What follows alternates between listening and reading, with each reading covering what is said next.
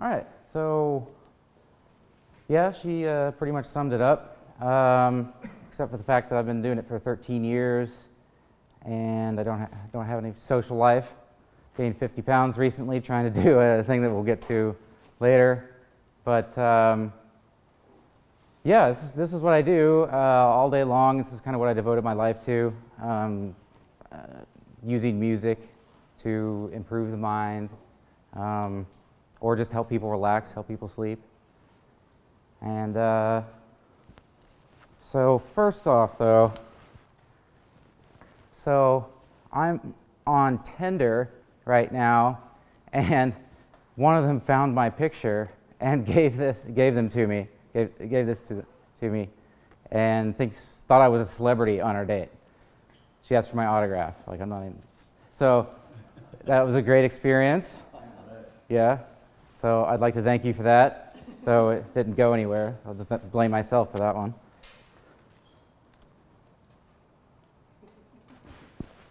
All right. Yes, okay, so first I'm just going to talk generally about music. All right, that's everybody's background, got that, doesn't matter, you're an expert. So I guess what I'm saying here, or what I meant to say, is that even if you have no background in music, you are born innately with an expert's ability. I mean, computers can't match what we can do as infants. Literally, infants can distinguish between 12 different forms of rhythm, like right off the bat. And we do incredibly complex, we could call it like Fourier analysis in the brain, and we can pick apart all kinds of different, we can focus in on a violin, do it in arpeggio, while there's a timpani, and we can pick all these instruments out. Whereas if you told a computer to do that, like, okay, filter out and just get the timpani, it's almost impossible. So we have incredibly, I mean, this is one of the last kind of frontiers that, like, if we were going to have an actual, like, CAPTCHA, you know what I mean? Like, whenever you have to prove that you're not a robot, if there's ever, like, a Terminators take over the Earth or something like that, that's going to be the thing we're going to have at the front, because they're nowhere near it. They don't even know how to solve the problem. And we do it effortlessly. And because it's effortless, I think, we take it for granted, and we don't realize the full power of it. That's a baby being tested. So what they did was they played music and then recorded brain activity where it would show up. And they're focusing on the frontal lobe because that is the lobe that's going to be kind of like predicting what's going to happen in the future. So a beat is not reacting. So whenever you're not reacting to a beat or a sound, you are predicting it. And they can do that before they can even see, before they can do anything else. So, you could call it, I actually did look up today like a list of human instincts, and there's a bunch of them, but they can all, being social, like we're social animals, like that's supposedly an instinct. But there's exceptions to that. There is literally no exception for rhythm. It's unheard of. And I know, it's like my dad, for example, he didn't grow up musically, and he thinks he has no rhythm. But he was in an Irish band. He led an Irish band throughout my entire childhood. Like, he has rhythm. Everybody has rhythm, and it's all throughout the brain. You'd have to destroy the entire brain to get rid of rhythm. It's in the premotor cortex, it's in the frontal cortex, it's in the cerebellum, of course it's in the auditory cortex, the temporal lobe. So yeah, I was also looking up, just out of curiosity, kind of, so because here's the thing, music is ubiquitous in every single culture, and there are precious few things that actually can be said for, like smiling whenever you're happy, crying when you're sad, and religion. All cultures have religions. But without exception, every single culture has music. And so, not surprisingly, like the most early, these are 37,000 years old. So these are one of the most early artifacts that we have from mankind. And I found it kind of horrible that it was like recorders, like, you know, so like crappy music appreciation classes were like since the dawn of time, you know. And by the way, we're the only species that has this. That was my next question, right? So chimps, they can't predict rhythm? Are you sure? No, they can't. We are. Oh yeah.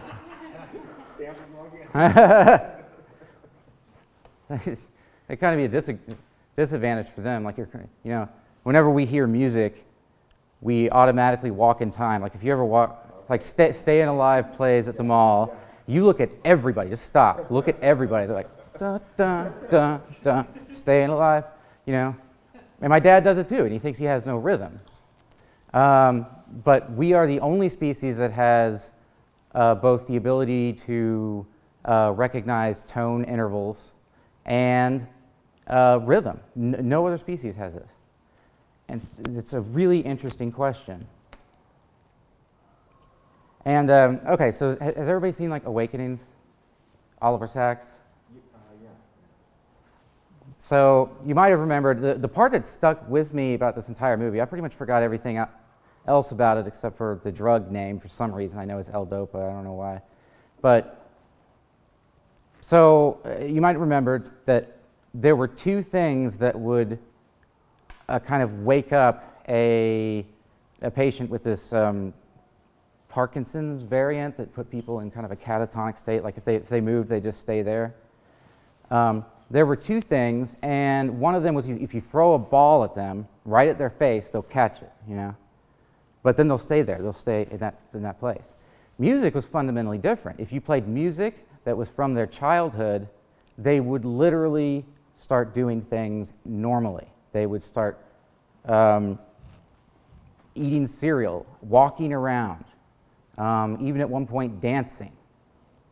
So that, you know, that's a very kind of, I mean, why is it so powerful? And we take it for such granted. It's so much more powerful than people give it credit for. And this is, you know, probably the strongest proof anybody could offer. Oh yeah, so I was talking about this earlier, but music is all over the brain. Well, this one's counting lyrics. So tonality is actually more on the left side of the brain. And yeah, it requires some of those parts, but mainly right there.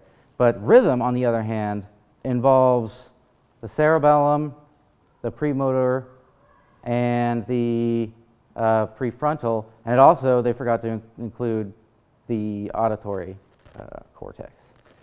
So it's all over, and it's absolutely unheard of for anybody to lose rhythm or to be born without it. So, you know, why, right? Yeah, why?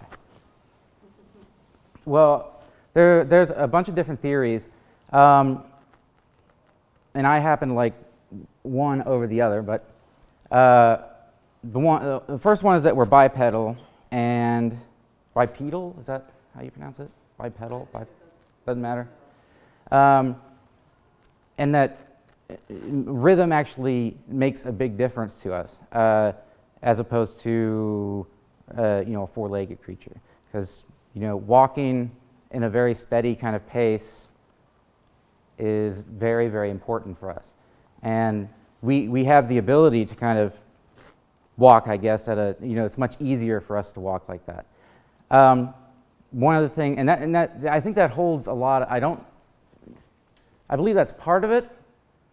I was in the Grand Canyon recently, and on the way up, I was just dying. I had to stop every 10 minutes because there's like a bunch of switchbacks and they're all like basically a 45-degree angle and you're carrying this gigantic pack. And what I ended up having to do was sing, oh, wee, oh, oh, oh, you know? And so I started singing that in my head, and then I would just, oh, wee, oh, oh. So I would do that, and I never got tired. I didn't have to stop I mean, there is a reason that armies march. There is a reason that we have battle songs and battle fury. I mean, if you think about the French national anthem, dun, da, da, da, da, da, da, da. I mean, that's going to get you going. You know, you can get into a trance very, very easily with music. But there's, I think, a better reason for it, and I haven't confirmed this, and I looked it up, and nobody else seems to share this opinion, so it's probably not true. But what we've found is that people will have very, very spiritual experiences while using our products sometimes. You know, sometimes they'll have out-of-body experiences. Sometimes they'll feel a presence in the room or something like that. And the thing is that the auditory cortex is very, very close to this little spot that whenever you have temporal lobe epilepsy, you experience these things. You experience aliens abducting you. You experience God coming down, and you either go crazy or you have a great time. But it's really not uncommon for the proximity of the auditory cortex to influence little areas around it more than the rest of the brain. Even though it has to go through the thalamus first, and it goes to the frontal lobe and the sensory motor strip and the cerebellum, but it seems like it's most prevalent there, and it makes sense to me that this could have been simply a strange coincidence that led to this. We started getting high while we were doing banging on sticks or doing flute recorders. I don't know, somebody probably got high to that at some point. But there's actually a lot of theories that music is responsible for religion, and it makes a lot of sense because every religion has music. If you're not John Lithgow, then you will have music in your church, and it's very, very important. The cathedrals are actually made, they're specifically made to amplify sound and to make it seem otherworldly, godly, just the acoustics of a cathedral. That's actually why they're designed the way they are. Oh, and the other reason that's been proposed is that it also can induce brainwave entrainment. And so let me explain what brainwave entrainment is. Let's see if, okay, yeah. So what happens is whenever an auditory event happens and it interacts with the brain, there's this like I do a click, there's an evoked response, and it's like a sharp kind of little like that. And if you do those enough, if you keep giving them, but it has to be much more rapid than that, it starts to resemble brainwave patterns that are already there. Yeah, exactly. Yeah, exactly. And if you can shape your own waveform to resemble it even more, which is what we do. So sine waves are actually the worst thing you can do, and that's what most people do, like in binaural beats. But it's if you do that enough and for long enough, the brain starts to synchronize to it. And not only does it produce more of that rhythm, but it actually adjusts its phase to match that. And that's how we were going to talk about delta pushing, and that's how that works. Well, it's music for your brain. It helps you focus, relax, and sleep, and that's what we're going to be talking about.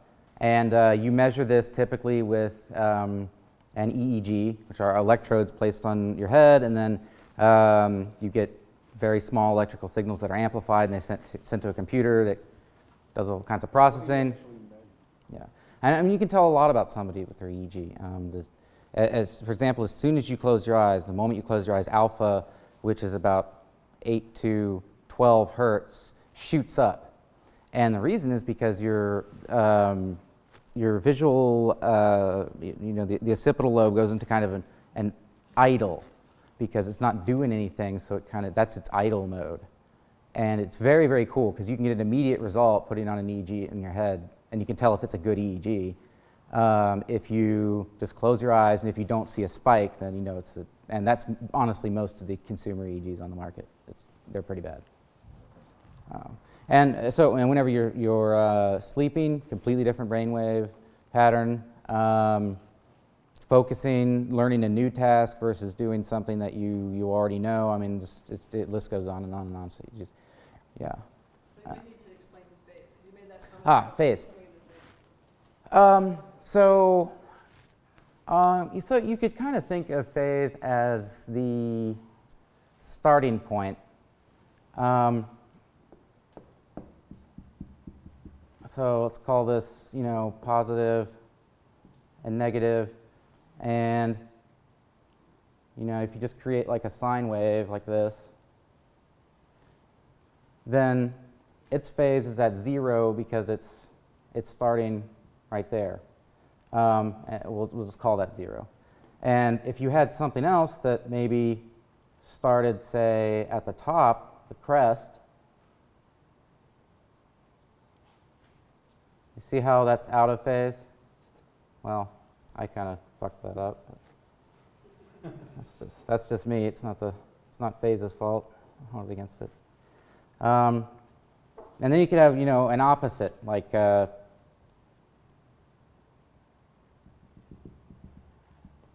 this is actually how, it's really cool, this is actually how noise-canceling headphones work. They record what's going on outside, and they introduce the exact opposite on the inside to cancel each other out. Because waves are summed together.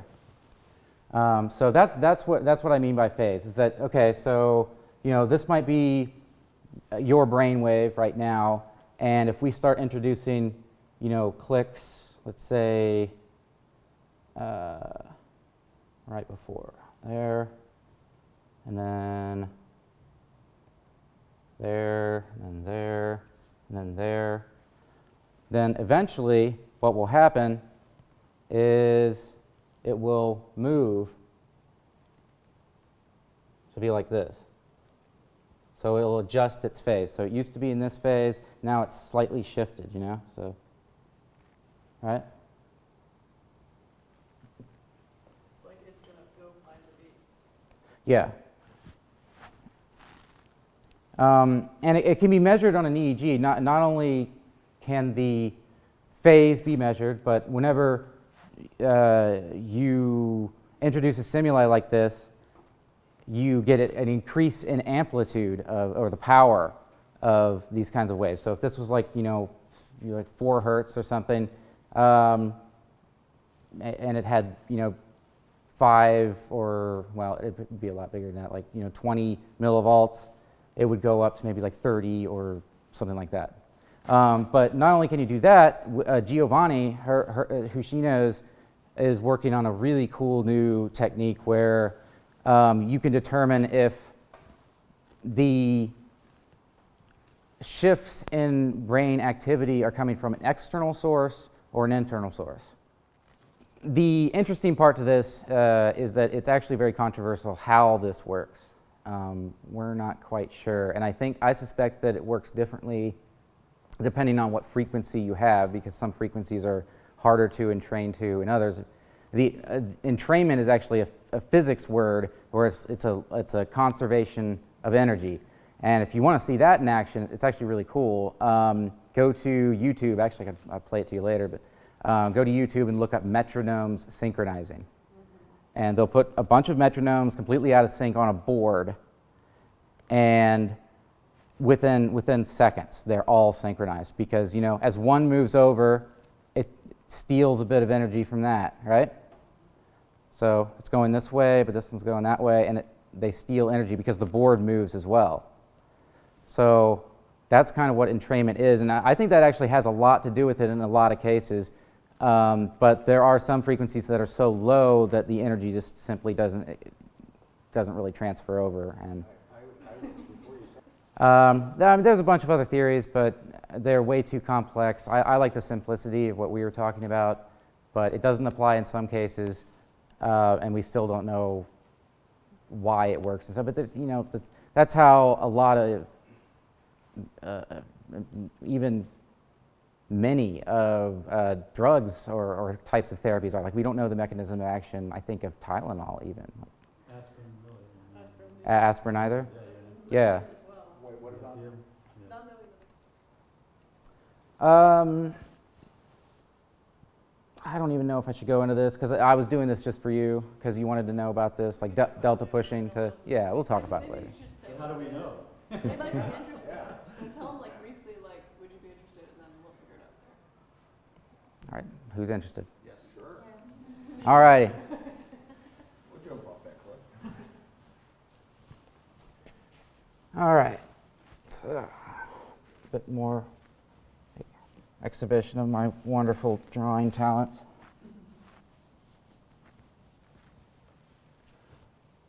All right, so Giovanni works at Northwestern and has a patent with Northwestern to do what's called delta pushing.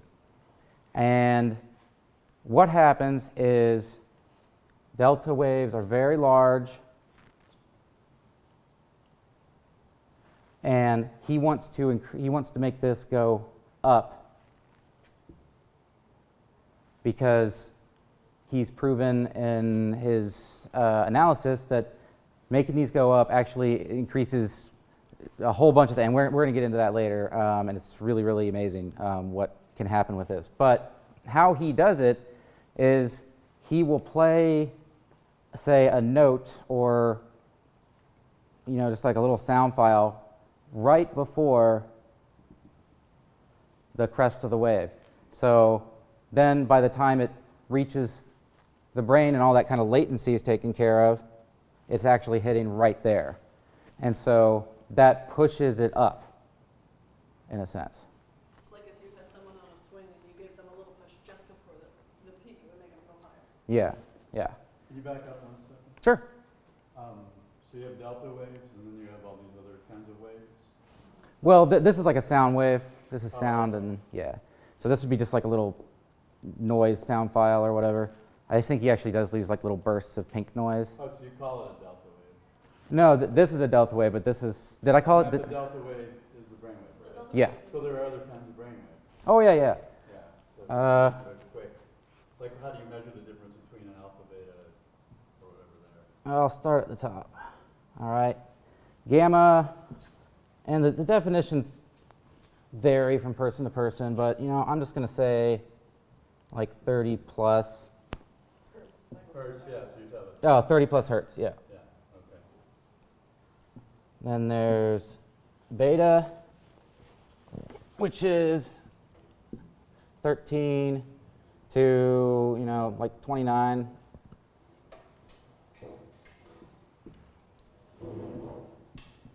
Alpha, which is the strongest of the waves, the easiest to measure, was the first brainwave ever discovered. Because again, what we were talking about closing your eyes, you can just, it's an immediate, like the waves change, and it's very visual. And that is 8 to 12. And then there's theta, which is, say, yeah, I was going to say like 4.5. It's kind of hard. Let's see, to 7.8. Though I actually kind of disagree with that, to be honest. I'm going to say 6.5 because I believe that there's kind of a golden zone right after that, like in the middle here and or in the middle here, and a lot of people agree with me on that. And I can talk about that later. And then finally, there's, well, not finally, there's delta, which is about, 1.5 to 4. And then there's something we'll be talking about later that's really cool. Some people call it subdelta. They do that in the private sector, but in academia, it's just called slow waves. And that's anything from, 0.x to 1.5 or so. So there, due to my incredible handwriting, that is now very clear. And yeah, I mean, and breaking them down into these kind of categories, like what we're talking about, like this gives you an idea. Like beta can be broken up into other categories. Low beta indicates something, high beta indicates anxiety. Alpha, depending on your peak alpha, you can actually pretty reliably determine someone's intelligence. It's pretty cool. That's the talk I did at biohacking, which was really, really neat. Yeah, exactly. And there's a lot of protocols to kind of increase that. And I was actually able to do it, so it's pretty cool. Like I was showing people my brain on the You upped your peak alpha? You upped Yeah, yeah. That's It only took like 10 years, but yeah. So that's like your clock speed, basically. Yeah, essentially, yeah. Like or raising your idle speed, Theta, we're not in much as adults, and there's a lot of, if anybody's ever says, okay, we have a theta session, walk away, because those people they don't know what they're doing, and theta and regular delta here are generally very, very bad for you. They're most prevalent in people with closed head injuries, and so I know a lot of people that have paid thousands of dollars for CDs that from a company I won't mention, and now they've been doing it for 10 years, and they just keep getting worse and worse and worse, and it's really sad. Unless you're sleeping. Well, if you're sleeping, you still don't want this. You want this. On the way down, don't you want some delta on the way down? I've actually found that to be counterproductive, because, well, the reason, and it might not have anything to do with entrainment itself, it might have to do more with how we interpret rhythm. But if you think about, okay, what's 2 hertz? That's 120 BPM, boots and cats and boots and cats, and it's like that's going to make everybody want to jump up and get down. Like it doesn't matter how relaxing your science says it is. Reality says it's. So I tend to avoid those frequencies for that reason, and theta is just bad for you. I actually get sick every time I use theta. But we'll be talking about slow waves later, and it's really cool stuff.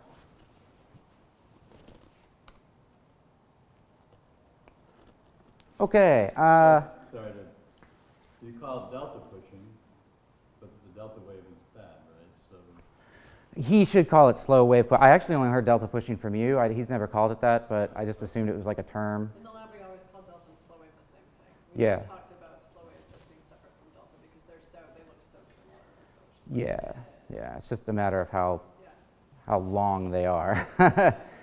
So Giovanni, he never says the word delta. He always says slow waves. So I've just kind of adapted that. And in the industry, it's definitely sub-delta. We call it something different. Yeah. So this is kind of what an EEG looks like whenever we are trying to stimulate it. And here, this is a sleep session. Baseline is in blue, and stimulation is in red. And you can see right here, it's about 0.6, and that's exactly what we're stimulating at this point. And 8.5 is also what we're stimulating right there. And this is sleep. They're asleep for both the stimulation and the baseline? Yeah, they're asleep for both, yeah. Yeah, full night's worth of both. Cool. So clearly it's being driven by their frequency. Yeah, and this happened with all subjects. And then Yeah. you have a harmonic up there. Yeah, that'll happen. But I mean, But it's very small. Yeah, you're right. You're right. There's, I mean, looks like there's harmonics kind of going all the way down, right? But I mean, that's further evidence that it's actually driving it because you're getting harmonics, right? So this is a focus session, and I tend to go for about around 13 hertz to 17 hertz, and you can see, like, those are up. So this is like if it's done correctly. And that's the thing, you know, consumer EEGs just usually don't have, you know, not only do they not have the expertise, usually you don't have the access to the raw data. And like, Giovanni spent some time on this stuff. Like he's at MATLAB to make this, and he's got his own programs doing it. So it's not something that just anybody can do. But Sorry, on the right you're stimulating between 13 and 17, did you say? mm-hmm. But isn't it interesting that you stimulate like in the beta range and you're getting gamma effects? Yeah, well, I don't. Yeah, that could again just be harmonics, and we're increasing everything. But he has noted this, and it actually goes up a lot further, and we're kind of investigating that. But it seems like a good thing, actually. Like gamma is actually very, very exciting these days. It's good for awareness. Yeah, it's like the consciousness wave, it's 40 hertz around. And I think it's most effective. Dr. Ruth Olmsted, a good friend of mine, uses it exclusively for depression. And I found it very, very, very effective for that. But we haven't released it yet because it still needs a lot of testing. Exactly. I mean, it's not. So the tone. Take a listen, yeah. So I brought some cool stuff for us to listen to all throughout this. It's going to be fun. No speakers on the screens? No, to get the most effect, you have to use headphones. Closer to the ear canal. But you're not talking about binaural beats. No, no. In fact, it can work without speakers, but you'll see why we do other things soon. Typically, yeah, but we filter out specific frequency bands for it. So if it's an orchestra, for example, I'll do a bunch of band stop and band pass filters to try to single out the violin section and add a certain effect to that. According to your band pass filter. Yeah, exactly. Yeah, it's pretty cool, and you'll hear it. It's like to the untrained ear, like if you didn't know you were listening to it. Though you'll know in this one because I picked this one in particular because it is obvious. So let's see if I can find this thing.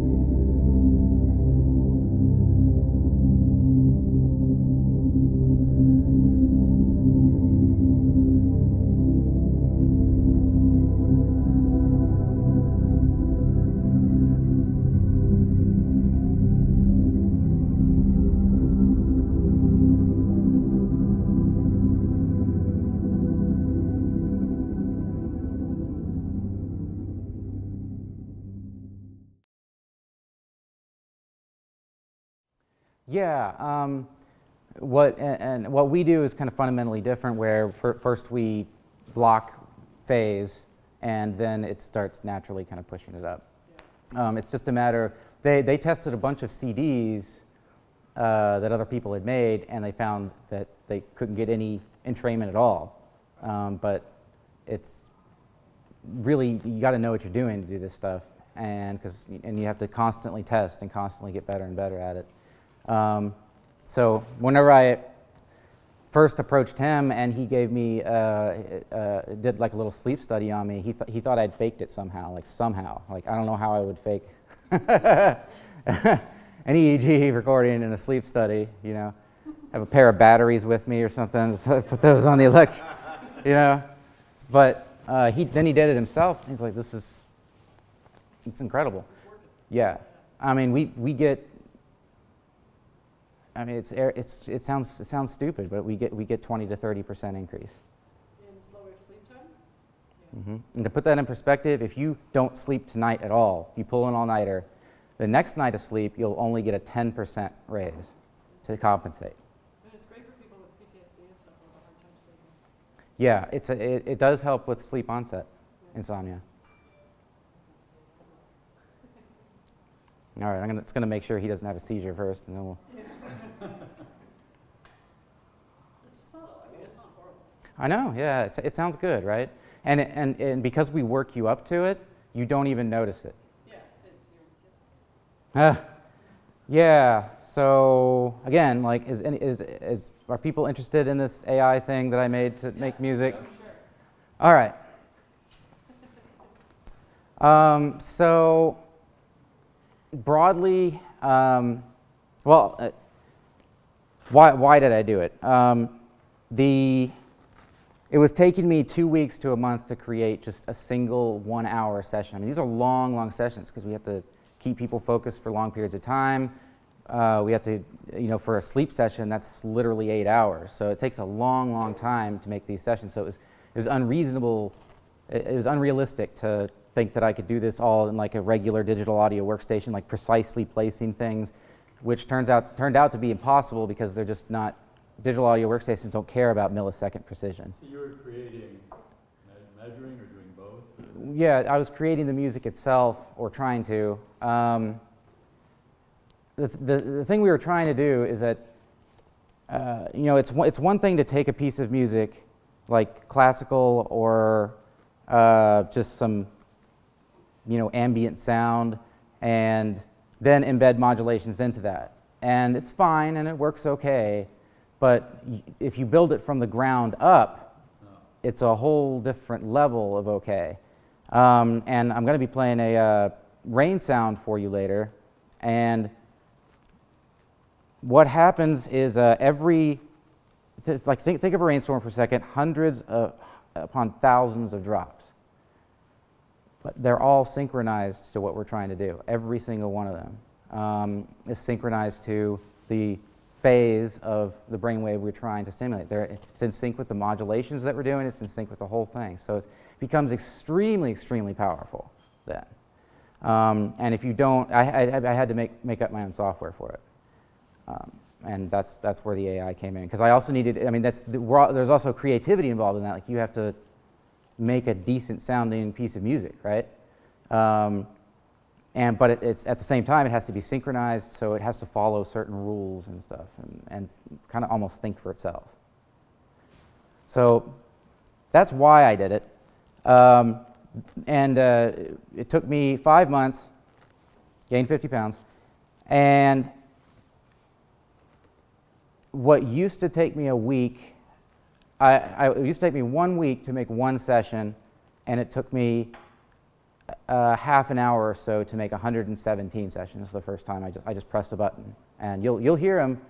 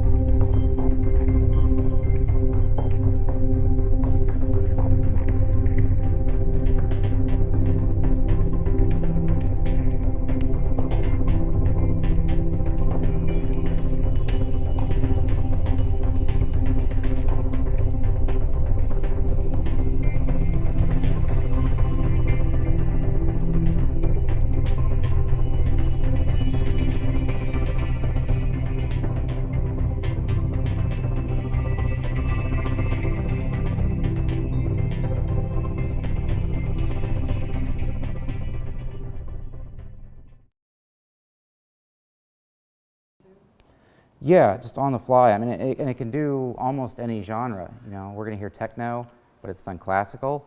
It's done Irish. I was going to show an Irish session too. I think you're the first person to create that kind of thing that I've heard of. Is that true? I might be. I'm not sure though.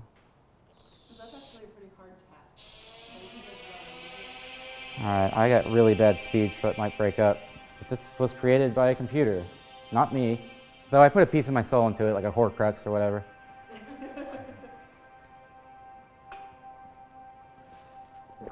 All right, so while that's going on, yeah, maybe I can just kind of glide through the rest. Wait, could you tell us a little more about the AI thing? I mean, what did you use? Oh, yeah, I forgot to do that.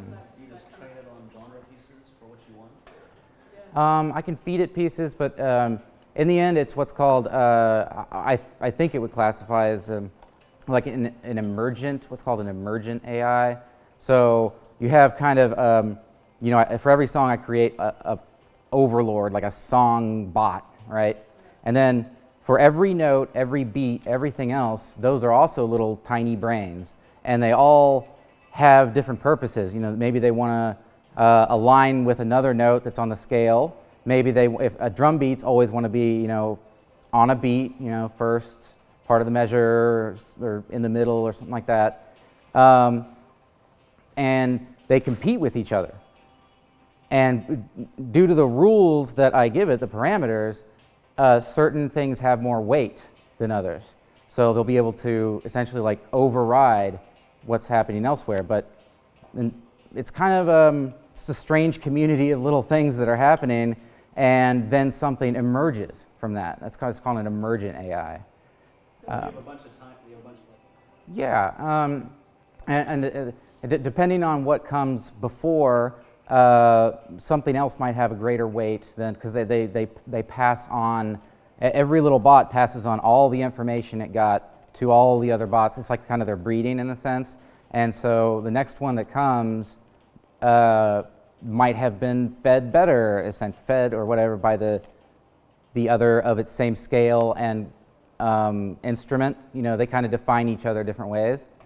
So, I mean, you can tell that, like, okay, things are fading in and out. And that's because they have a lifespan, and they're also kind of competing against each other to get that top spot to where they fade in and then create kind of a new system of techno and everything. What is Yeah. this written in? C# actually. But the digital audio processing is in C, but the rest is in C#. Yeah. And why are the 50 pounds just because you were sitting a lot? Yeah, I just kind of became an obsession. I just never left the house. It's just like, I'm creating an artificial intelligence. I deserve pizza. Yeah. I get it. It's a higher goal. Yeah, exactly. All right, well, I can just breeze through the rest. We created a 3D audio system where with any stereo headphones, I can place a sound anywhere in 3D space. I can make it appear like it's coming from here, here, here, behind you, under you. Very, very, very realistic. I was actually hoping to put together some kind of like, you know, concert or barber shop or something for you guys here, but things got crazy at work. So, but whenever you go to Brain FM, you'll be able to hear that. If you have headphones on, you'll be able to hear things going around you. If you're doing a focus session, what we do is we focus everything in front of you, because you're looking at what's in front of you. So it's about a screen away. You'll notice that. You'll think, okay, it sounds like it's coming from the screen. And it keeps your mind very, very focused. And we've got some for focus that, like if you're in a loud coffee shop, it'll actually place sounds like a couple feet from you. And so it kind of naturally drowns out. Your attention focuses on the sounds that are moving and very slow, so you ignore like the barista like banging things and people talking and music, other, you know, stuff like that. I actually went around to like almost every coffee shop here testing that thing. Dollop was the worst, by the way. Yeah.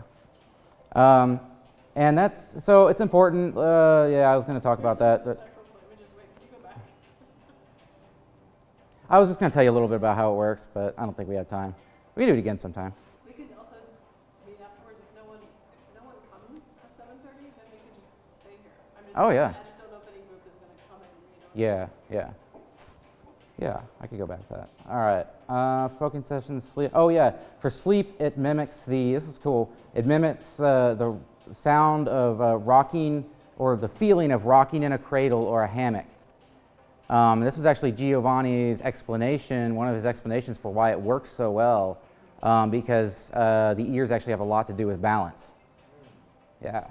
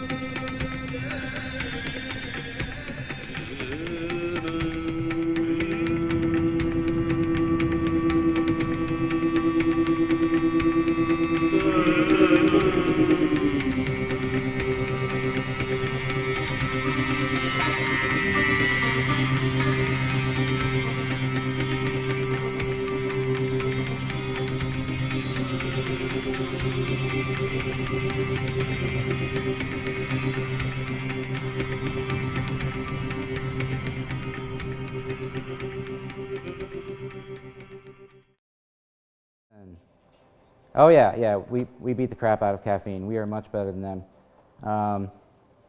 So here's a table. We have found in all of our studies and all of our work that no music is the worst performer, no matter what. Like if you do a noise, white noise, whatever, and you're not, and you like it, you know, assumedly you don't like the white noise is like a fan. So, yeah. So if you like it, then that would actually be better than just silence. Silence in itself is a distraction for some reason. Like it always gets very, very low values. What, response times, or what does milliseconds mean here? Yeah, the response time. So we did a battery of tests. It was about 2 hours, and we got 16 subjects to do it.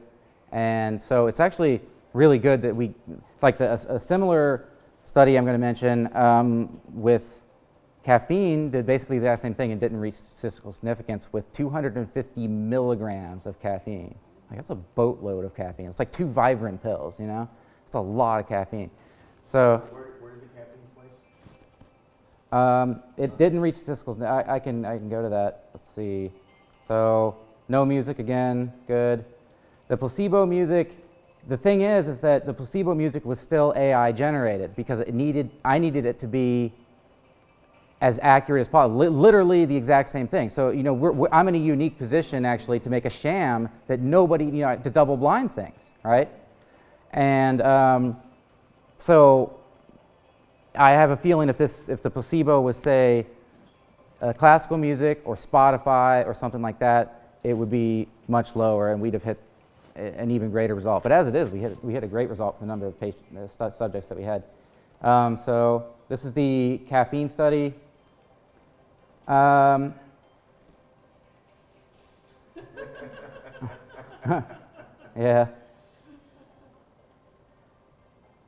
Oh, well, this little blurb doesn't tell. But according to Giovanni, and I'm sure it's true, they used basically the exact same tests. They're pretty standard tests, very reliable tests for attention, memory, you know, distractibility, that kind of stuff. And we did a battery of them. We did like four different ones. And we had people do it like, we'd have people wait like 2 hours before doing the next one, so it all kind of levels out again. And like it was like a week-long process for everybody. It was insane that they did it. But yeah, we got a lot of people involved. Yeah, you can take a picture of that, but there's a bunch of cool EEG correlates to focus, and we raised them all, which was really, really cool. And then again, there's that thing where I was going to show you. Okay, sleep. Again, we're raising it slow wave activity by 20 to 30%, which is absolutely insane. But what we're also doing is increasing spindle activity. And spindles are super interesting. Spindles are memories being encoded. A lot of people think memories are encoded in REM, and they are, but a specific type of memory. Emotional memories are encoded in REM, and there's actually some pretty cool stuff other than that it does with memory. It seems to be like a checksum for memory, like it checks if the memories that you have are valid by dreaming. It's really neat. Because memories are very malleable, so you have to constantly be defragging, essentially, and that's what REM does. It's really, really neat. But they don't really encode most memories. And in slow wave sleep, that's where memories are encoded, and they're encoded by these things called spindles. And essentially you have this long wave, but occasionally... Did you just tell us that what REM does is basically error check and store your memories? And it encodes emotional memories, yeah. Cool. I know, right? Yeah. Isn't that so much cooler than what you thought it did? Just like... It just made the eyes move fast. I thought I was just dreaming for no reason. Thought I went back naked in high school for no reason this whole time, but it's just testing your memory. So sleep deprivation really, really bad. Yeah, really bad for learning. Oh yeah. Yeah, there's a lot of reasons for that. Of course, it also connects interestingly with Freud. Error checking and emotional processing. Oh yeah. So, but most memories are encoded in slow wave sleep. It's the slowest, deepest form or stage of sleep. And what you see is you'll see this big long wave going, and then you'll see a little burst, like, and that's a memory being encoded. It's literally one memory being encoded, and it's really neat. And with the increase of delta power, we're also increasing spindle power, which generally actually doesn't happen this much. It's 1-to-1 almost. I mean, look at that. And a correlation like this is just absolutely impossible to deny. So we're really happy about that, and we're going to be doing some actual memory tests. I mean, it's going to be really easy to do, just because with this kind of result, it's easy to find people that are interested, because this is pretty insane. You know, we're living in an era where it could be possible that within 5 years, somebody could literally prescribe and your insurance pay for an MP3, people. You know, it's crazy. And a lot of other stuff happens in slow wave sleep too. It gets rid of, I think they're pronounced beta amyloids, so it's like a toxin. Yeah, and your body kind of repairs itself. And because it gets rid of these toxins faster, the toxins are the beta amyloids, if I'm not mistaken, actually keep you asleep. So getting rid of them faster, and we've kind of seen this with people, like we get consistent reports, and it happens with me, that you actually need to sleep less. You get up earlier. I get up about half an hour to an hour earlier every night. It's feedback that it's done. Yeah, you wake up whenever the beta amyloids are gone, Yeah.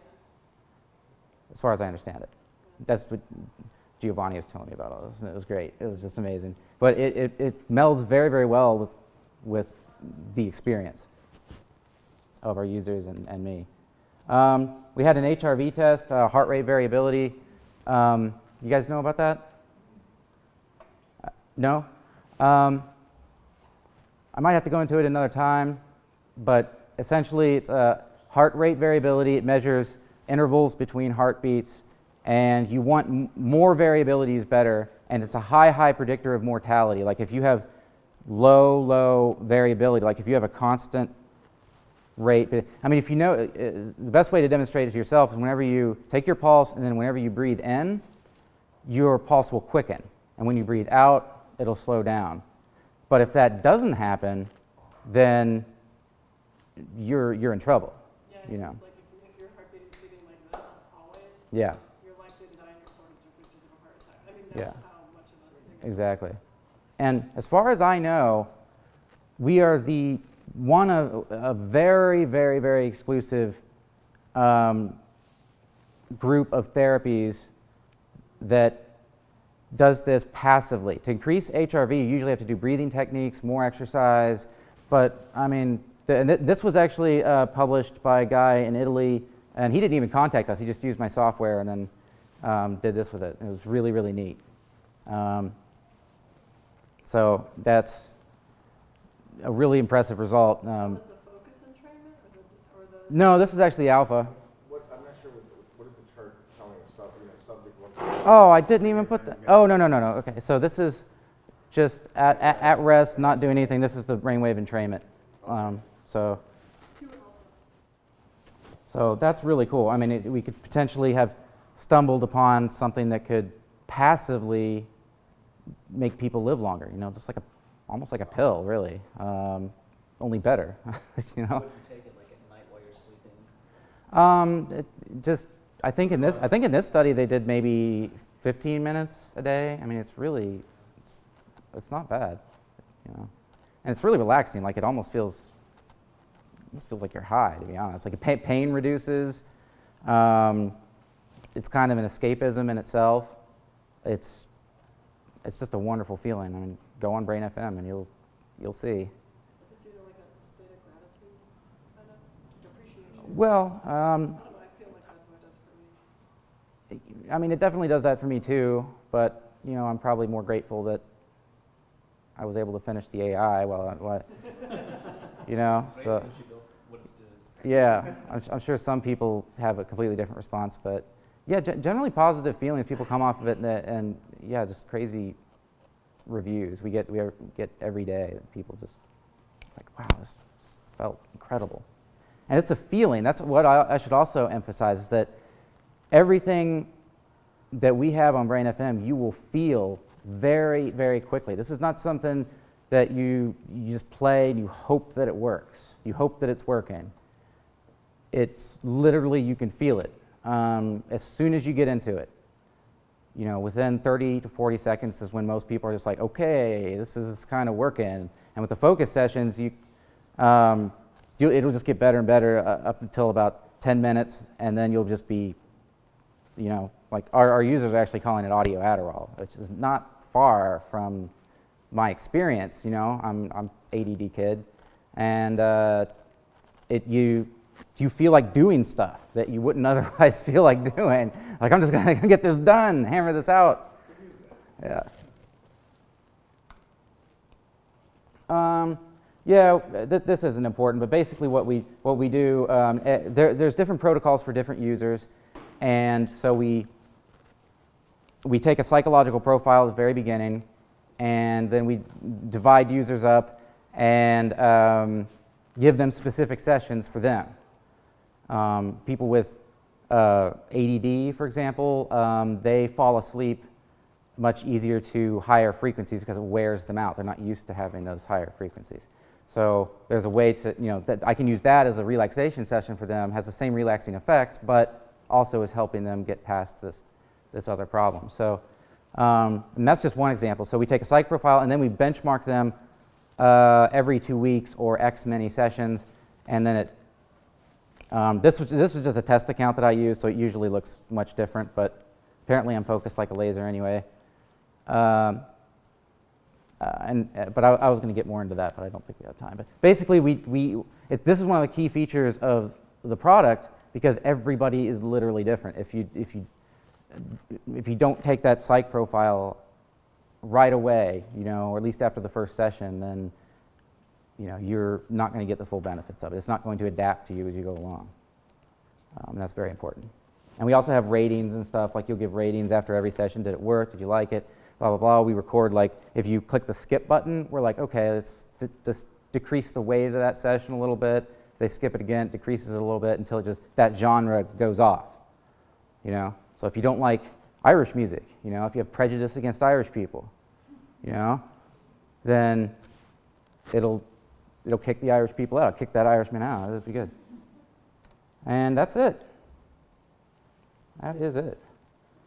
So how well does this stuff work without headphones, like on speakers and in rooms? Because it seems like a lot of it has to do with like using space, like using auditory space, right? Yeah, that's a really, really good question. I didn't get to go, what in hell? I didn't get to go into it before, but the 3D audio helps in a number of ways. So we use the 3D space to focus your attention on what you should be focusing on, but the brain pays attention to motion.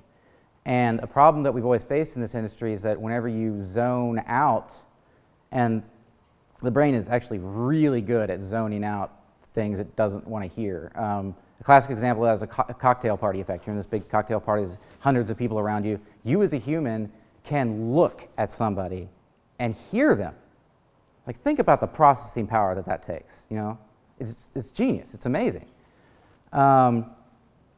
So what we want is for them to be constantly having this in the kind of background, their mind kind of subtly paying attention to it, and that increases the effect almost exponentially. I mean, we've gotten much better effects since we did that. So that's a very important part of it. But the stereo sides are actually synchronized, so you'll still get something out of it. But I would bet about 25% around that of the effect. What about the quality of the headphones or speaker? Like, if you were, let's say right now you were playing this out of the laptop speaker, like a MacBook speaker is decent enough, I guess. Yeah. Like that MacBook speaker, would it have any interesting effect or anything? I would, like when I was playing out of my phone, like it probably had no effect on anybody. I mean, you need to have decent speakers, and it needs to be a certain volume level and have certain bass response, because a lot of this stuff is kind of disproportionate towards not what normal people call bass, unless it's like dubstep or something, but it's bass in that area, and usually speakers kind of taper off, you know. So yeah, I mean, you could do it. It's definitely better with headphones. Why are you like for sleep? Is that what you're thinking? Well, actually, we can talk about this if you want. But I was thinking, it occurred to me there might actually be a small application in the app I'm building right now, where. So what it is for use in a classroom, and basically students do activities, and this app provides a platform for doing simple activities. Imagine Jeopardy, right? So let's say you want to play Jeopardy game. Well, so one of the features I was planning on adding was just having the instructor be able to tap a button on our iPad to start playing music from the speaker that's hooked up. Oh. And I was just going to record that myself, just something to throw it out there. Yeah, So yeah. people wanted to use it because in the test, it's not out yet, but in the testing we've done so far, people are kind of unnerved whenever there's not a big change of context, but they have to they're all talking to each other, and then they have to look at their screen and type this response. But it's not like they're taking 15 minutes to read something. It's kind of like 30 seconds, and it's kind of like a part of a conversation. But like I was thinking, well, what if we try playing music during these short activities? And it has like modulations embedded into it. Well, I was thinking, what if? I haven't done it yet. Yeah. But just wondering do you think that might be a effective use of? Yeah, I mean, the only software out there to do that happens to be my old software, so I'd be happy to have you as a customer. I mean, yeah, it's a lot of people use it for that. They just have to be. I mean, I think there's. I mean, you do have to get consent though, because although it's fairly unheard of, I've never heard of it ever happening for somebody getting a seizure to this audio, because generally you use sine waves or something close to that in audio, because it'll sound like a bunch of clicks if you do square waves, and those are the most dangerous in general. There are studies I've read though where people will start getting a seizure people prone to seizures will start getting epileptic seizure-like symptoms just from audio. And it was probably audio that was specifically designed to give them those things, but still it's good to, just kind of morally too, because it's like if you don't want your brain messed with, it's like, but yeah, I mean, if everybody consents, then it'd be worth trying it. We're actually going to be doing something like that with the Olympic wrestling team soon. It's pretty cool. I had a call today about that. Yeah, it's pretty exciting. But we're still going to have them put on headphones as often as possible because it's just way better. Yeah. So how long have you been around, and how many people or entities have used this, and what do you think the success rate? I mean, maybe it's hard to measure it exactly. I've been doing this for 13 years, and one of my major frustrations was that in the software that I sold, I was just going on, looking at all the literature, keeping up to date. I knew all the prominent researchers in the field, and I just go with their protocols. And they kind of had it was a hit or miss kind of thing, And so with that part of the business, it's 50-50, I'd say, whether somebody's going to. But with Brain FM, it's if you look around, you're going to think that I fake this stuff. You're going to be like, this guy made 500 accounts and gave himself 5 stars, because that's what happened at this place called AppSumo. We just did a promotion with them, and it ended up breaking all of their records, and they have been around, like it's made by one of the founders of Gmail or something, or Facebook, and they've been around a long time, and they've never seen anything like this. And literally, there's only like a couple 4-star. I want it to be more because it looks like I went in there and faked it. It's very, very consistent. It's very consistent. Almost everybody feels it, and almost immediately. Yeah, a lot. Yeah, and that in itself is making my life pretty stressful because there's no like manual on how to deal with 10,000 streams a minute. You know, there's no manual for that. You know, Spotify's got the manual, so they're not sharing it. So you're supporting all that yourself? Yeah, we hired some programmers. It just takes some time to get people up to speed, you know. Cool. Where are you located? Edgewater. Yeah. And I work out of home. Yeah, nice. We have kind of employees everywhere. Italy, Britain, Canada, you know, all over the United States. So it's kind of like modern company. Like, it's not for everybody though. Some people get really like, I need social activity.